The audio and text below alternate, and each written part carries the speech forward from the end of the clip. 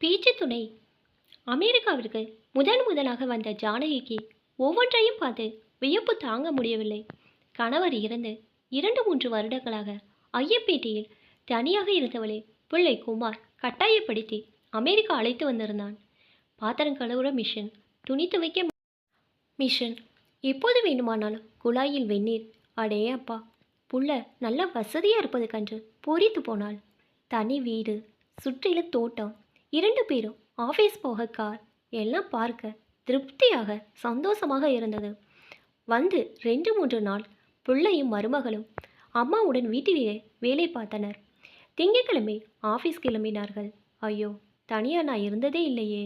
அக்கம் பக்கம் நம் பாசை பேசுகிறவளும் இல்லை. இந்தியாவில் யாராவது வருவது போவது தனிமையே தெரியாது என புலம்பினாள். குமாரோ, ஏன் இந்தியாவிலும் எல்லாரும் தனியாக தான் இருக்கிறாங்க, அவங்க வேலைக்கு போக வேண்டாமா? கூடவே உட்கார்ந்துருக்க முடியுமா? டிவி இருக்குது, ஃபோன் இருக்குது, புக்ஸ் இருக்குது, இருமா தைரியமா என கூறினான். மருமகளும், ஆமாத்த, ஒன்றும் பயமில்லை, பெல்லடிச்சா திறக்காதீங்க, திருட்டு பயமாக இருக்குது, ஜாக்கிரதையாக இருங்க என தைரியம் சொல்லி எப்படி மைக்ரோவேவ் கேஸ் எல்லாம் பயன்படுத்துவது என்று சொல்லி கொடுத்துவிட்டு சென்றாள். அவர்கள் போய் கொஞ்ச நேரமானது. ஜானகி ஒரு பயத்துடனே குளிக்க கிளம்பினாள். ஏதோ பேச்சு குரல், உடனே படபடப்பு. யாராக இருக்கும்? கதவெல்லாம் தொட்டு பார்த்தாள். எல்லாம் மூடிதான் இருந்தன. சோஃபாவில் போய் உட்கார்ந்தாள். பேச்சு நிற்கவே இல்லை. ஜன்னல் பக்கம் போய் பார்த்தாள். யாரும் இல்லை. ஒன்றும் புரியவில்லை. வியர்த்து கொட்டியது. சற்றென்று ஃபோனை எடுத்து குமார் நம்பருக்கு நடுங்கும் விரல்களால் டயல் செய்தாள். குமார், என்னமோ தெரியல, யாரோ வீட்டுக்குள்ளே பேசிக்கிட்டே இருக்கிறாங்க, ஆனால் யாரையும் காணா. எனக்கு ஒரு சந்தேகம், நீ வீடு புதுசாக வாங்கினியே தவிர ஹோமம் பூஜம் எதுவும் செய்யலை. ஏதோ கெட்ட ஆவி இருக்கும் போல இருக்கு. எனக்கு ரொம்ப பயமாக இருக்கு என அழுகை பொங்க கூறினாள். ஏதாவது உளராத, எல்லாத்துக்கும் உனக்கு பயம். சொல்ல மறந்துட்டேன், நீ நேராக மாடியில் என் ஆஃபீஸ் ரூமுக்கு போ.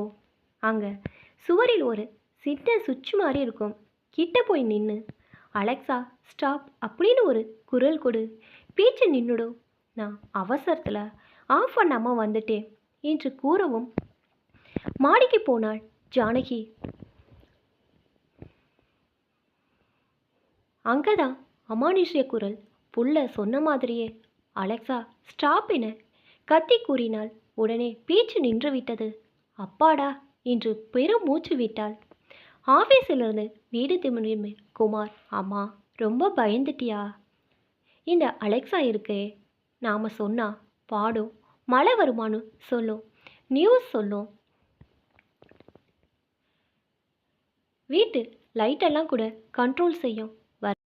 வர வர இன்னும் அட்வான்ஸ் ஆகிட்டு வருதுன்னு சொல்கிறாங்க. நீ நல்லா பயந்தப்போ என்றாள். யார் சொன்னது அமெரிக்காவில் பேச்சு துணைக்கு ஆள் இல்லைன்னு என்று தனக்குள்ளேயே சொல்லி சிரித்து கொண்டாள் ஜானகி. இப்போ தான் என்னோடய சேனல் ஃபஸ்ட் டைம் பார்க்குறீங்கன்னா சப்ஸ்கிரைப் பண்ணிக்கோங்க. பக்கத்தில் இருக்க பெல்லைக்கானை ப்ரெஸ் பண்ணிக்கோங்க. அப்போ தான் நான் ஒவ்வொரு தடவை வீடியோ போடும் போதும் உங்களுக்கு நோட்டிஃபிகேஷன் வரும். நிறைய பேர் வீடியோ பார்க்குறீங்க, ஆனால் சப்ஸ்கிரைப் பண்ணாமல் பார்க்குறீங்க. Please subscribe my channel. Thanks for வாட்சிங்.